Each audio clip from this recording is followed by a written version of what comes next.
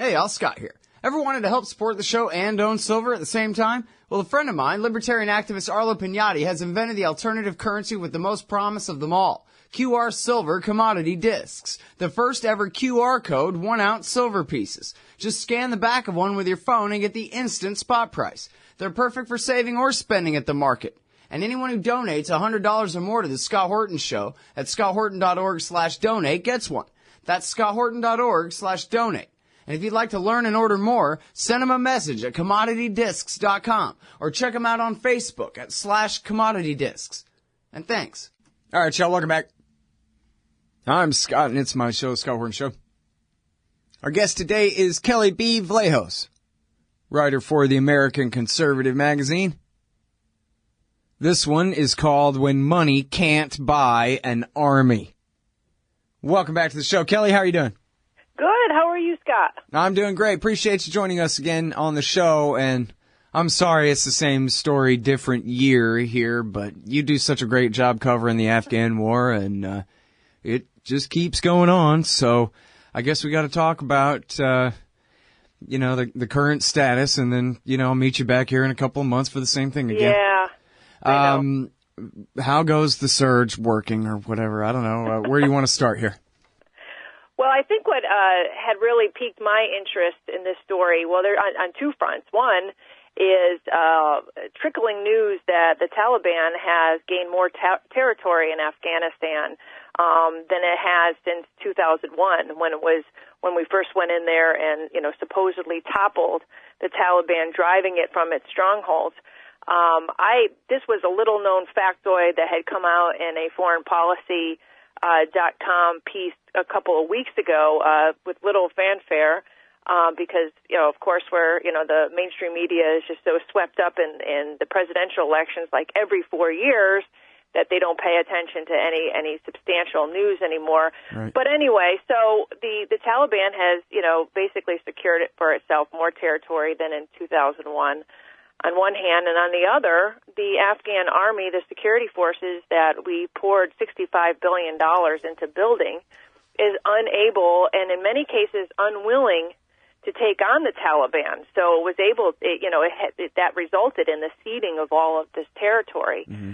And it hasn't been without a cost, a human cost, because as it turns out that they've lost, something like twice as many men this in 2015 alone than the Americans have in the whole 13 years that we've been there in Afghanistan. So that tells you right there that there has been a huge casualty count on behalf of these Afghan army and police forces that has not been reported in the U.S. mainstream news.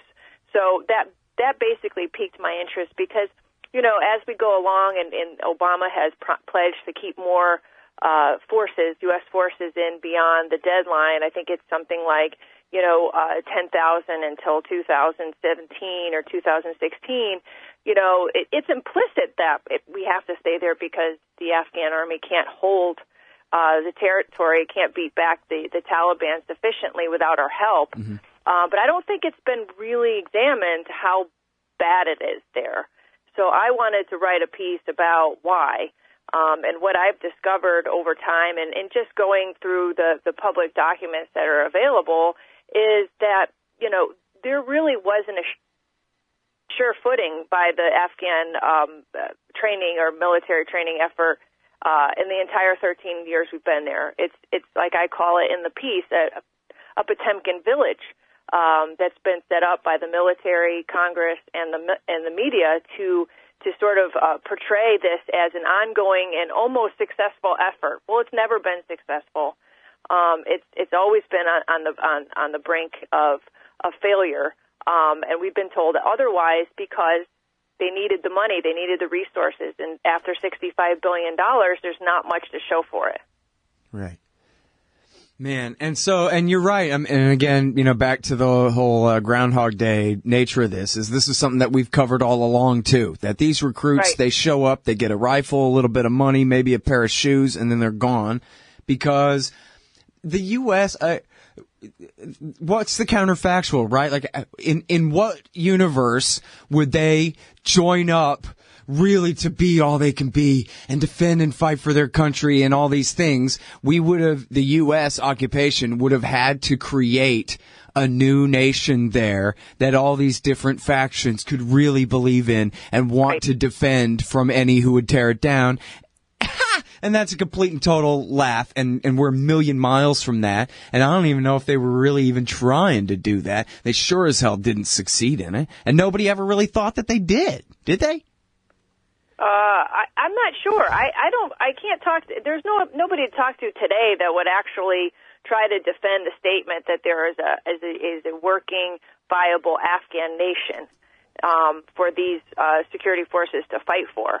And as I said in the story towards the end, I say, that is the foundational problem here, is that we always assumed that being the U.S. government always assumed that it could impose this Western-style template upon Afghanistan without taking into consideration the ethnic, the sectarian, the tribal makeup of that country.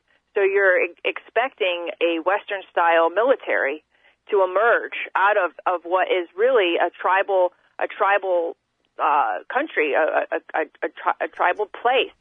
So what happened here is that we kept pouring money into a sieve, because there really wasn't the elements of success.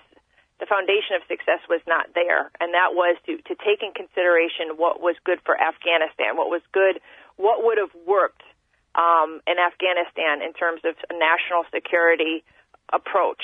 Mm-hmm. And so what we just did is just hoped and prayed that money was going to make it better, and more U.S. advisors and more contractors on the ground, and that hasn't happened. And just yesterday there was a report in Reuters. Reuters reported that some 1/3 of the Afghan security forces had to be replenished in 2015, meaning they're all green because of desertion, because of casualties. That's amazing. And it's not all. Sometimes the instinct is to blame the Afghans, that they're not up to the task, that they're not fighters, that they're just they're shirking their duties, they're walking off the job, they don't have the ethic. But if you look at it, these guys are being paid pennies, and they're expected to deal in conditions that our troops have had difficulty serving in. But with the difficulty, all of the advanced equipment, all of the training, all of the support system that the United States brings to bear, where these guys are just like, they're basically swinging in the breeze. They're asked to do multiple tours of duty, so to speak, without real compensation for it. So you kind of don't blame them for walking off and saying, hey, I want to go see my family. Right. So there's both sides here, and 1/3, that's a lot of people to expect to just take on the challenge after being new and green. Well, and as you say here in your article, you're quoting this AP piece from just a couple of days before, saying that 40% of them don't even exist at all. Right. So the ones that are there are basically kids. And, now, you know what I wonder, though, man? When I read that, the 40%, hey, that's a lot. Yeah. Now, and this is the same military that told us, oh, Kandahar? Yeah, no, we're not worried about Kandahar. Yeah, there have been a couple of Taliban attacks here and there, but yeah, we're not worried about that. And then the Taliban sacked the whole city, and they lost it again, but still, that was just a couple of months ago. And I'm thinking, these generals seem to do a lot of whistling past the graveyard here. And I wonder, and I'm no military strategist or anything, but I wonder whether the 10,000 guys and the couple hundred drones they got over there are enough, or whether they're really counting on this ghost army to fight with in the event of some kind of full Taliban assault on Kabul or something like that. Right.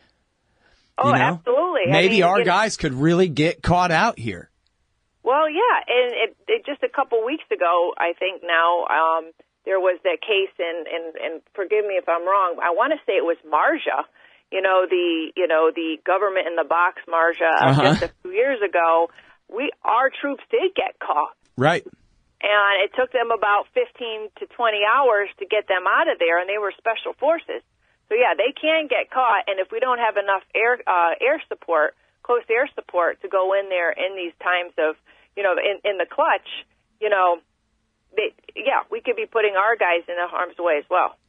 All right. Now, hold it right there, everybody. We got to take this break. We'll be right back with the great Kelley Vlahos, writing at the American Conservative magazine, theamericanconservative.com, When Money Can't Buy an Army. It's a great piece. Hey, Al Scott here. If you're like me, you need coffee. Lots of it. And you probably prefer it tastes good, too. Well, let me tell you about Darren's Coffee Company at darrenscoffee.com. Darren Marion is a natural entrepreneur who decided to leave his corporate job and strike out on his own, making great coffee. And Darren's Coffee is now delivering right to your door. Darren gets his beans direct from farmers around the world. All specialty, premium grade with no filler. Hey, the man just wants everyone to have a chance to taste this great coffee. darrenscoffee.com. Use promo code Scott and you get free shipping. darrenscoffee.com. Hey, Scott Horton here to tell you about this great new book by Michael Swanson, The War State. In The War State, Swanson examines how Presidents Truman, Eisenhower, and Kennedy both expanded and fought to limit the rise of the new national security state after World War II. If this nation is ever to live up to its creed of liberty and prosperity for everyone, we are going to have to abolish the empire. Know your enemy. Get The War State by Michael Swanson. It's available at your local bookstore or at Amazon.com in Kindle or in paperback. Just click the book in the right margin at scotthorton.org or thewarstate.com. All right, you guys, welcome back to the show. I'm Scott Horton talking about the Afghan War with the great Kelley Vlahos from the American Conservative magazine. When Money Can't Buy an Army is the article here. A great one. We'll be running it on antiwar.com, probably the Spotlight tomorrow. Right. So, got to make sure and hit the right button here so we can talk some more. Now, the surge is long over. It's 2016, and we're down to 10,000 men or so with, I think, a couple thousand more NATO troops, I guess Germans and not Frenchmen, right? I don't know who. A couple thousand more than that. But we're talking about how the Afghan army kind of hardly exists, and I guess at the break we're sort of puzzling over whether the U.S. military has based its plans for holding on for dear life in Afghanistan on the phony numbers of the Afghan army or the real numbers and the real strength of it to fight with. And Kelley, in this article, you quote Anthony Kordsman, who was, I guess, a somewhat skeptical foreign policy wonk in D.C., a former Reagan administration official, comparing this to Vietnam and talking about how surprising it was, he says to the North Vietnamese, but I think he meant to the Americans, of just how easily the South Vietnamese army folded as soon as the NVA finally came down from the north. Yeah, and I think that was Larry Korb that was talking about who's the Reagan administration official that I talked to. I also talked to Anthony Kordsman, but I'm sorry, yeah. I mixed those guys up. I think this is the first time just now I realized those are two different people, Korb and Kordsman. I'm sorry. No, well, and they're kind of coming from the same perspective. They're in the Washington think tank world, and definitely skeptical. And Larry Korb has been a good source of mine over the years, who was sort of the first of the think tank guys that became skeptical in these wars. But he was in Vietnam, and he mentioned that this is sort of like a deja vu all over again, so to speak, with, leaving a country and saying, well, we poured all millions of dollars, billions of dollars into your military. They look great on paper. See you later. And then they crumble like a cookie after we leave. And we saw that in Vietnam, but he was drawing these comparisons to Afghanistan, but also Iraq. I mean, what I'm thinking here is, as long as there is any inkling that there is an ISIS presence in Afghanistan, we won't be going anywhere, and they'll just keep pouring troops in there little by little, just like in Iraq. I saw a piece in the paper today that Ash Carter has confirmed that we'll be putting more troops into Iraq because the successful clearing out of ISIS in Ramadi has signaled to the U.S. military that, yes, they can do this as long as they have, U.S. assistance. So I believe as long as Afghanistan is considered part of the war on ISIS, or whatever they're calling it these days, that we won't be pulling out anytime soon, and they'll just keep pouring troops in there and soldier on, no pun intended, and trying to build this Afghan army, even though, like pointed out, the AP says 40% of them they may be on the books, but they're not in existence on the ground. So, well, and as you point out, though, the comparison to Iraq, too, they've had their fall of Saigon moment. They lost the entire western half of that country in the meantime, and precisely because the American military, well, I don't know precisely that, but sure seems like the military basically were going off of their script, their PR script meant for us that there's such a place as Iraq anymore, and that the government of Baghdad is the government of Iraq, and the Iraqi army is the Iraqi army, rather than recognizing the reality of what they created was an Iraqi Shiistan army that was occupying Iraqi Sunnistan, and they really were in foreign territory. Patrick Coburn was on this show a year before the fall of Mosul, saying that the Iraqi Shiistan army, these guys are deserting their posts up in Mosul, because it's like they're out in Fort Apache, out in enemy territory, and they don't have the support to be out there.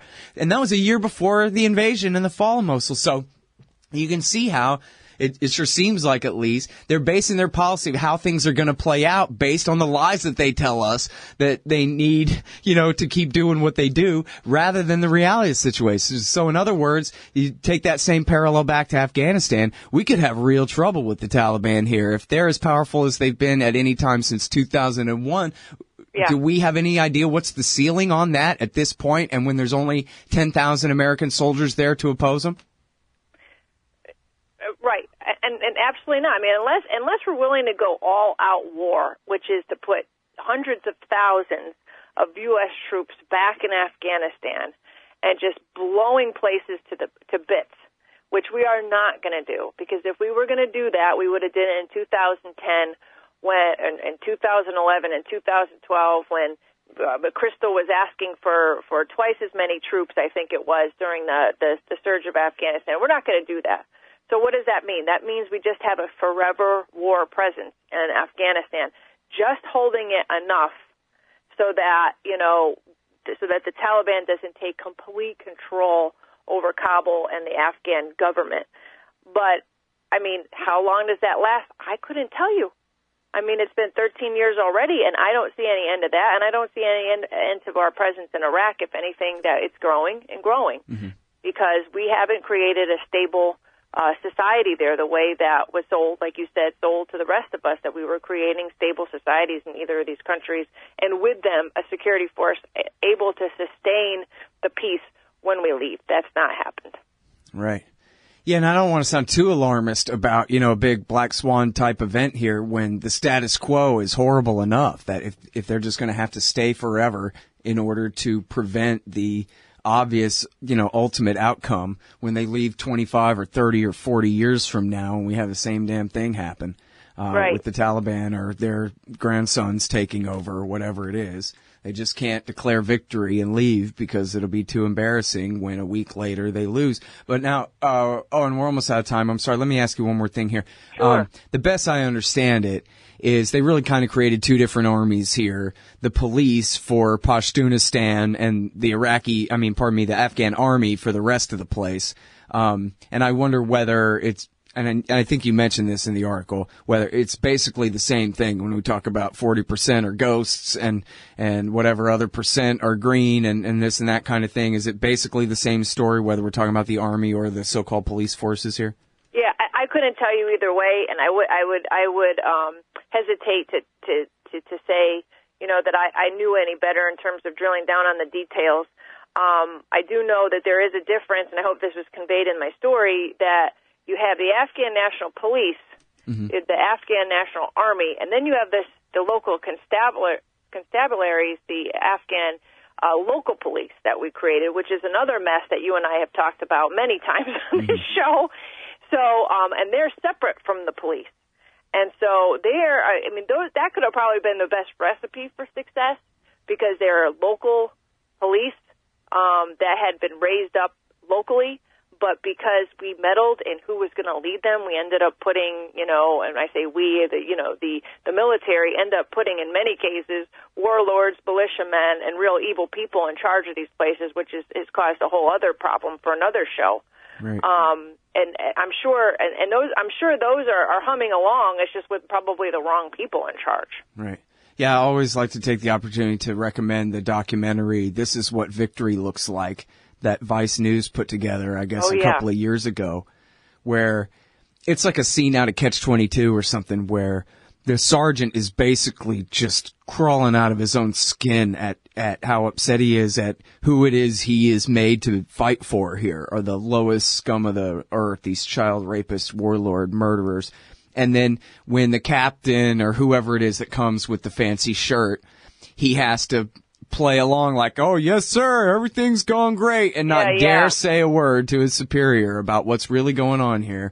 Yeah. And just swallow hard and carry on. And it's just, this is what victory looks like. Oh, man. I think that's how you're supposed to enunciate the title of that thing. Yeah. With a question mark and italics. Like, oh, my God, this is what America's project is in the world right now. Is this? It's just insane. Yeah, and I think, and somebody had pointed out to me, and I think it was Anthony Cordesman. It said, you expect these guys to go over there. They spend a year, maybe a little more. They come back, and you really expect them to start saying how terrible they did. That they didn't achieve what they set out to do. That things are a lot more nuanced, shaded. Falling in the toilet than the paymasters at home believed. So. It's been this constant battle where the truth never gets out. And Daniel Davis had talked about this, where the generals just gave this rosy picture of what was going on, but it was happening, down the chain of command. Nobody wanted it to really come home and say, we're failing over there. I didn't do so well. Yeah, partisan politics really screwed the population on this, too, because the Republicans don't want to criticize the military, and the Democrats don't want to criticize the president. And so, the entire left of America just pretended that the Afghan surge and the rest of it never even happened. Yeah. So that was major criticism that just went lacking for years. Right, exactly. And Democrats, of course, are afraid to look soft on the military, not, amply supportive of the military. So, there was all sorts of elements working against the truth in this regard. Yep, afraid so. Hey, listen, you do great journalism. Thank you so much for writing and for coming on my show, Kelley. I appreciate it. I appreciate that. All right, y'all. That is the great Kelley B. Vlahos. Read her at the American Conservative magazine, When Money Can't Buy an Army. We'll be right back. Hey, y'all, Scott here for Samurai Tech Academy at MasterSamuraiTech.com. Modern appliance repair requires true technicians who can troubleshoot their high-tech electronics. If you're young and looking to make some real money, or you've been at it a while and just need to keep your skills up to date, Samurai Tech Academy teaches it all. And they'll also show you the business, how to own and run your own. Take a free sample course to see how easily you can learn appliance repair from MasterSamuraiTech.com. Use coupon code Scott Horton for 10% off any course or set of courses at MasterSamuraiTech.com. Don't you get sick of the Israel lobby trying to get us into more wars in the Middle East? Or always abusing Palestinians with your tax dollars? It once seemed like the lobby would always have full-spectrum dominance on the foreign policy discussion in D.C. But those days are over. The Council for the National Interest is the America lobby, standing up and pushing back against the Israel lobby's undue influence on Capitol Hill. Go show some support at councilforthenationalinterest.org. That's councilforthenationalinterest.org. You hate government, one of them libertarian types, or maybe you just can't stand the president, gun grabbers, or warmongers. Me too. That's why I invented LibertyStickers.com. Well, Rick owns it now, and I didn't make up all of them, but still, if you're driving around and want to tell everyone else how wrong their politics are, there's only one place to go. LibertyStickers.com has got your bumper covered. Left, right, libertarian, empire, police, state, founders, quotes, central banking. Yes, bumper stickers about central banking. Lots of them. And, well, everything that matters. LibertyStickers.com. Everyone else's stickers suck.